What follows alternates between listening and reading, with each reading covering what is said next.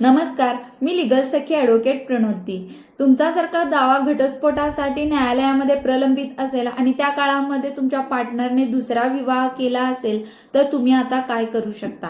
Hindu marriage act 1955 प्रमाणे जर का पहिला विवाह असताना आणि तो जर का डिवोर्स झालेला नसताना जर का तुम्ही दुसरा विवाह करत असाल तर तो व्हॅलिड राहतच नाही।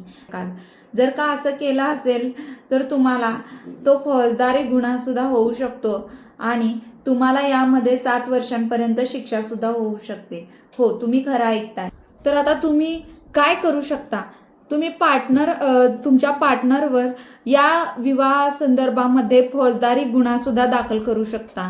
त्याचप्रमाणे तुम्हाला न्यायालयामध्ये त्या विवाहाचे फोटोज, व्हिडिओज किंवा ते एकत्र राहत असण्याचे पुरावे न्यायालयामध्ये सादर करावे लागतील आणि BNS 2023 नुसार सेक्शन 82 क्लॉज 1 प्रमाणे त्या पती किंवा पत्नीने दुसरा विवाह केला असेल तर त्यामध्ये 7 वर्षांपर्यंत कारावास आणि दंड अशी शिक्षा सुद्धा सुनावली जाऊ शकते।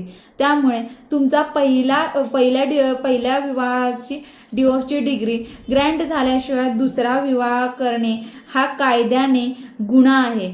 त्यामुळे हा जर का व्हिडिओ तुम्हाला आवडला असेल किंवा ही माहिती आवडली असेल तर ही तुमच्या मित्रपरिवारांसोबत नक्की शेअर करा आणि माझ्या अकाउंटला फॉलो केलं नसेल तर फॉलो करा। थँक्यू।